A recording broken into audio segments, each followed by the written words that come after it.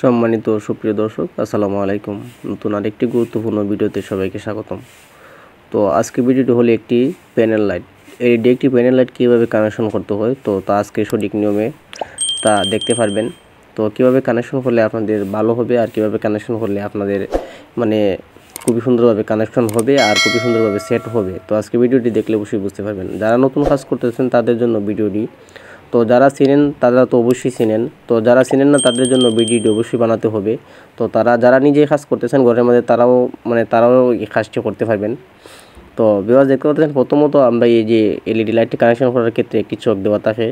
তো চোখের সাথে মূলত কানেকশন করতে হয়। তো আমরা প্রথমত যে লাইটটির সাথে চোখটি আমরা দেখতে পাচ্ছেন একটি স্প্রিংয়ের মাধ্যমে কানেকশন থাকে লাইটটির সাথে। তো আমরা এটা খুলে নিয়েছি। তো খুলে নেওয়ার ক্ষেত্রে আমরা যে দেখতে পাচ্ছেন আমরা খুলে নিয়ে আমরা চলেই নেব চোখটি। তো কানেকশন করার ক্ষেত্রে যে এলইডি লাইটটা আমরা যেখানে সেট করব সেখান থেকে আমরা কীভাবে স্ট্যান্ড সিস্টেমভাবে আমরা লাগিয়ে নেব তা আজকে দেখিয়ে দিব। তো অবশ্যই ফুল ভিডিওটি দেখতে হবে, আর দেখলে অবশ্যই বুঝতে পারবেন কীভাবে সেট করলে আপনাদের সাথে সাথে খুবই সুন্দরভাবে ফিনিশিংভাবে বসে যাবে।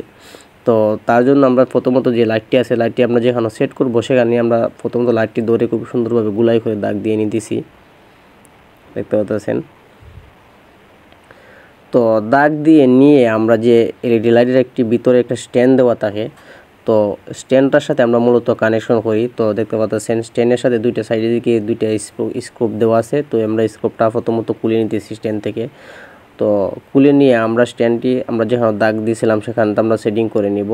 তো অবশ্যই ফুল ভিডিওটি দেখতে হবে, দেখলে বুঝতে পারবেন। আর যারা এই ধরনের কাজ নিজে করতেছেন আপনাদের করে আপনারা করতে পারবেন। এই ভিডিওটি দেখলে আপনারা আর কোনো সময় ভুল লাগবে না। তো দেখতে পাচ্ছেন ভিউয়ার্স, আমরা দাগের মধ্যখানেই আমরা যেখানে দাগ দিয়েছিলাম ভিতরে, তো ভিতরের সাথে সাথে আমরা স্ট্যান্ডটি ভিতরে লাগিয়ে নিব। তো লাগিয়ে নিয়ে আমরা যে দুইটি ছিদ্র করে নেব, তো আমরা যেখানে দাগ দিয়েছিলাম দুইটি ছিদ্র করে নিব। তো আমরা স্ট্যান্ডের দুইটি দাগ, যেখানে স্ট্যান্ডের দুটি ছিদ্র আছে, তিনটি ছিদ্র আছে সর্বমোট। তো তিনটি ছিদ্রের মাঝে আমরা দুই সাইডে ছিদ্র করে নিব। তো দুই সাইডে ছিদ্র করে আমরা রুয়েল প্লাগ ঢুকিয়ে নেব। তো রুয়েল প্লাগ ঢুকিয়ে নেওয়ার পর যে স্ট্যান্ডটা ছাদের সাথে একবার লাইটটা কীভাবে ফিনিশিং হয়, তো অনেকেই লাইট কানেকশন করলে দেখবেন ছাদ থেকে একটু ফাঁক থাকে। তো আমরা কানেকশন করলে কোনো সময় ছাদ থেকে ফাঁক থাকবে না। তো আজকে ভিডিওর মাধ্যমে আপনাদের শিখতে পারবেন কেন ফাঁক থাকে না, কেন ফাঁক থাকে। তো অবশ্যই ফুল ভিডিওটি দেখতে হবে। তো অবশ্যই ফুল ভিডিও দেখলে আপনারা বুঝতে পারবেন। তো দেখতে পাচ্ছেন আমরা রুয়েল প্লাগ ঢুকিয়ে নিয়ে গায়ে দিয়ে দিতেছি। গায়ে দেওয়ার পর আমরা রুয়েল প্লাগটি ঢুকিয়ে নেব। তো তার আগে আমরা একটি কথা বলতে চাই ভিউয়ার্স, তো আমার এই ইউটিউবের রেসটি অনেক ডাউনে চলতেছে। তো সবাই একটু সাপোর্ট করবেন, সবাই একটু লাইক কমেন্ট করবেন। আর সবার সাথে সবসময় টাকা পয়সা দিয়ে সাহায্য চাওয়া লাগে না, তো অনেক ধরনের সাহায্য আছে। সবাই একটু আপনারা লাইক কমেন্ট করলে আমার এই চ্যানেলটি আবার উপরে উঠবে।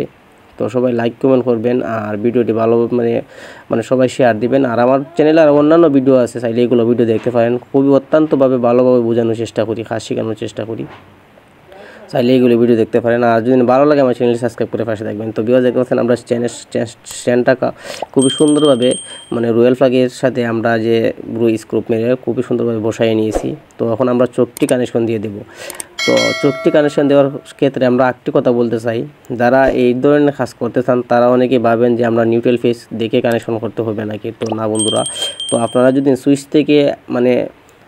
সুইচ থেকে কারেন্টটা টানবেন, তো কারেন্টটা যদি আপনারা যে কারেন্টটা থাকবে, তো কারেন্টটা যদি সুইচ থেকে কন্ট্রোল হয়, আর্থিংটা যদি ডাইরেক্ট আসে, তাহলে আপনারা কানেকশন খুবই সুন্দরভাবে দেখে কানেকশন করতে হবে না।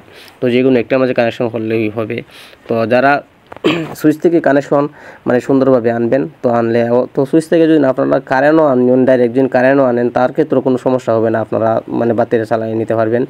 তো বাতিটা চালিয়ে নেওয়ার ক্ষেত্রে আপনারা চালিয়ে নিতে পারবেন, তবে সঠিক নিয়মে কাজ করবেন। তো সুইচ থেকে কারেন্ট আনবেন আর আর্থিংগুলো ডাইরেক্ট আনবেন, তাতে কোনো সমস্যা হবে না। তো যদি দেখতে পাচ্ছেন ভিউয়ার্স, আমরা স্ট্যান্ডটি খুবই সুন্দরভাবে স্ট্যান্ডের মাধ্যমে আমরা স্ক্রুপ মেরে নিয়েছি। তো স্ক্রুপ মারার ক্ষেত্রে আমরা স্ট্যান্ডটি যে বাতিটা উপর দিকে চাপ দিয়ে ধরে নিলে পর কী হবে, আপনারা যে সাতটি আছে, সাত থেকে আপনাদের একটুও ফাঁক থাকবে না। তো ওইভাবেই কানেকশন করতে হয় মূলত। তো ওইভাবেই কানেকশন করলে কোনো সময় আপনারা সাত থেকে একটু ফাঁক থাকবে না। দেখবেন আমরা কীভাবে ফিনিশিং দিয়ে দিয়েছি, খুবই সুন্দরভাবে বসাই নিয়েছি। তো সবাই একটু লাইক কমেন্ট করবেন প্লিজ।